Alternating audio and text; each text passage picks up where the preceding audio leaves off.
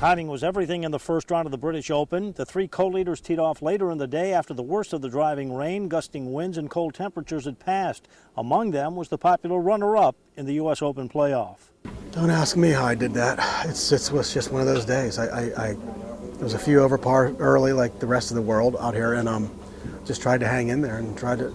I'd love to have shot 73. I'd have been just fine, but then I made a few more putts, made a few birdies, and here we are. It's amazing.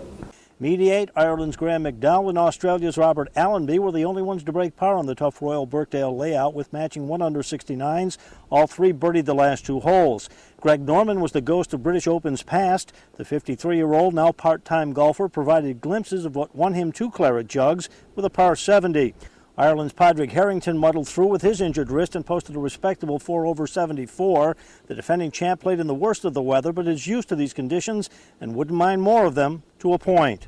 I'd like another challenge like today. I wouldn't mind having another crack at it and see what happens. But you know, if we got another 3 days of this, we'd be all basket case by the end of the week. We wouldn't.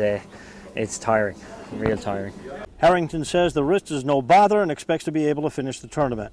The weather and Royal Birkdale did get the best of some of the big names. Phil Mickelson struggled to a 79, and Ernie Els posted his worst British Open score ever. He was actually only 1 over at the turn, but made a mess of the back 9 and ballooned to a 10 over 80. Jim Militello, The Associated Press, Southport, England.